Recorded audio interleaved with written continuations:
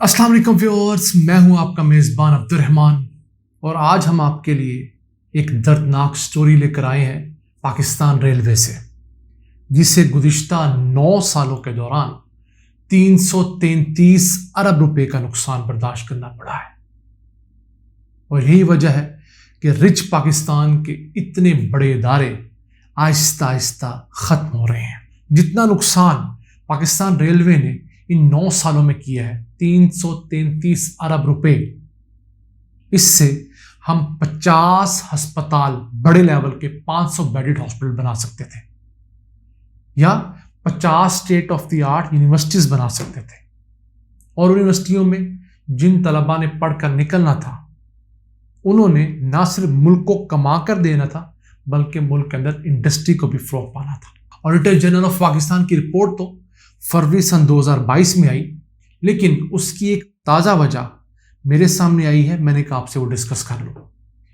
इस कदर नुकसान में जाने वाले इदारे के अफसरान और मुलाजमीन की अय्याशी जो है, वह एक ताज़ा खबर से जान सकते हैं कि गुज़िश्ता माह पाकिस्तान रेलवे ने चाइना से 230 बोगियाँ ख़रीदने का मुआहदा किया। और उन बोगियों के ख़रीदने के लिए कितने अफसरान चाइना जाना शुरू हुए हैं? अज्यूम कीजिए 5, 10, 20 नहीं, 93 अफसरान चाइना जा रहे हैं मुख्तलिफ बैजेस में। 22 दिनों के लिए ये मुख्तलिफ 3 बैजेस में अफसरान जाना शुरू हुए हैं। अब हर अफसर और मुलाजिम को ना सिर्फ उसकी रूटीन की तनख्वाह के अलावा वहाँ पर सरकारी खर्च पर 5 स्टार होटल में रहाइश, खाना पीना, सैर करना मिलेगा, बल्कि $100 रोज़ाना उसको TADA अलाउंस भी मिलेगा। और वो 22 दिन के टूर में 4.5 लाख रुपया इजाफी कमा कर आएगा, TADA की मद में, अलाउंसेस की मद में। अब इन 93 अफसरान के सियाहती दौरे के ऊपर जो अलाउंसेस और TADA दिया जाएगा, वो 4.25 करोड़ रुपए है। लुक एट दैट, सिर्फ 22 दिन के टूर के लिए। ये हवाखोरी भी कराएंगे और वहाँ से पैसे भी कमाएंगे। हो सकता है इनकी तनख्वाह पाकिस्तान में एवरेज 2 लाख रुपया हो, लेकिन इनको जो TADA मिलेगा 22 दिनों का, वो 4.5 लाख रुपया मिलेगा। ये उस इदारे का हाल है जिसका सालाना नुकसान 50 अरब रुपए से ज़्यादा हो गया है। आप डिटेल में बताएंगे, लेकिन फ़िलहाल ये ताज़ा कारस्तानी 9 अगस्त सन 2022 से शुरू हुई है।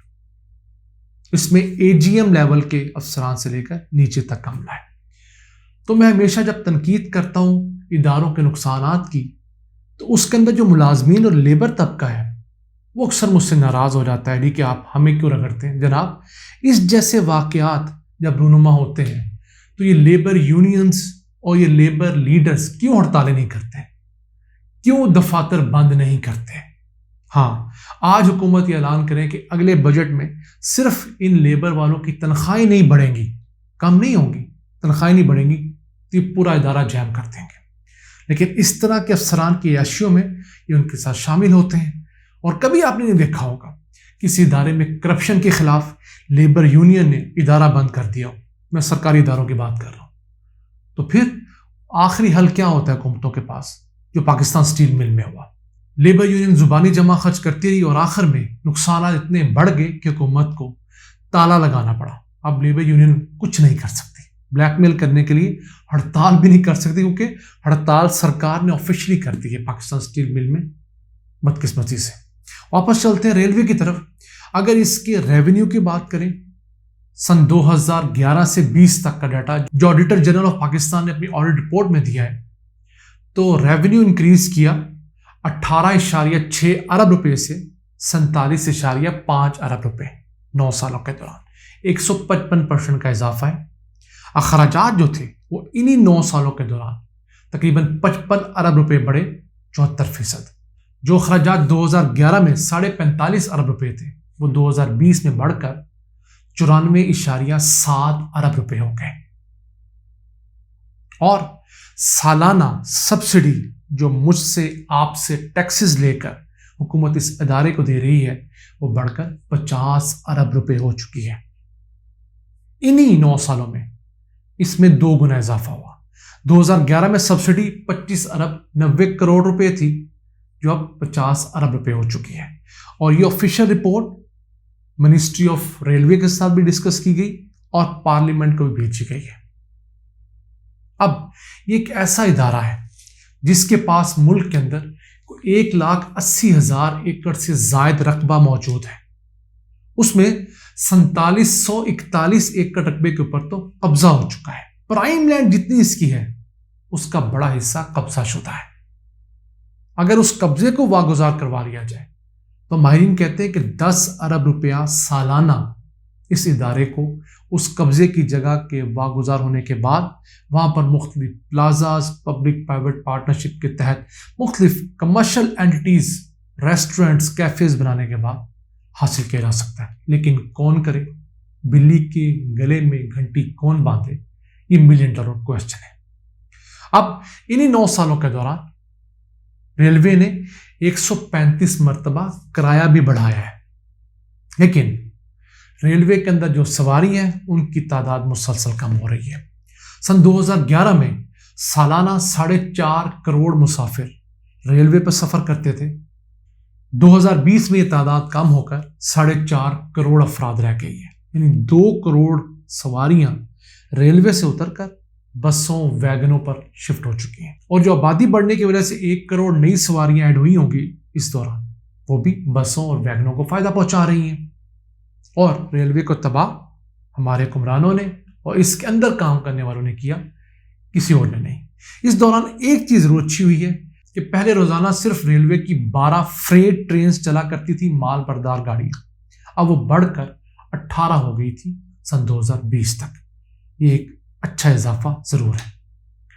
اسی عرصے کے دوران ریلوے نے اسٹیٹ بینک آف پاکستان سے 39 ارب روپے قرض بھی لیا اور پی ایس ڈی پی سے پاکستان کا جو سالانہ ترقیاتی بجٹ ہوتا ہے اس سے 199 ارب روپے لے کر کھا لیے ہیں. اس آڈٹ رپورٹ کے آخر میں آڈیٹر جنرل نے 13 سفارشات بھی دی ہیں. ان میں سے بڑی اچھی سفارش جو مجھے ذاتی طور پر پسند آئی ہے کہ لیبر کی تنخواہوں کے ساتھ ان سے کام لینے کو بھی ڈیجیٹلائز کیا جائے. آپ کے پاس مزدور ہیں، فورمین ہیں، سپروائزر ہیں، کام کیا کرتے ہیں اس کو کوانٹیفائی کیا جائے. پھر مینٹیننس کے نام پر جو دہاڑیاں لگتی ہیں اس کو دیکھا جائے. پبلک پرائیویٹ پارٹنرشپ کے اوپر نظر رکھی جائے. سرکاری زمینیں واگزار کروائی جائیں. ورک شاپ پہ نظر رکھی جائے. اور بہت ایک ڈیٹیلڈ رپورٹ ہے. اس کا جو خلاصہ ہے میں نے ڈسکرپشن باکس میں پیسٹ کر دی ہے، آپ وہاں جا کر مزید تفصیلات دیکھ سکتے ہیں. تو ناظرین، آخر میں آپ کو بتانے کا مقصد اتنا ہے کہ ملک بہت زرخیز ہے. رب تعالیٰ نے اس میں کسی قسم کی کمی نہیں چھوڑی. واحد کمیاں ہماری اپنی نیتوں کا فقدان ہے.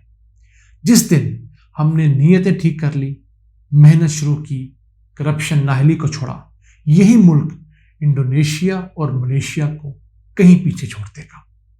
آج کے لیے اتنا ہی. اپنے میزبان عبد الرحمان کو اجازت دیجیے. اللہ نگہبان.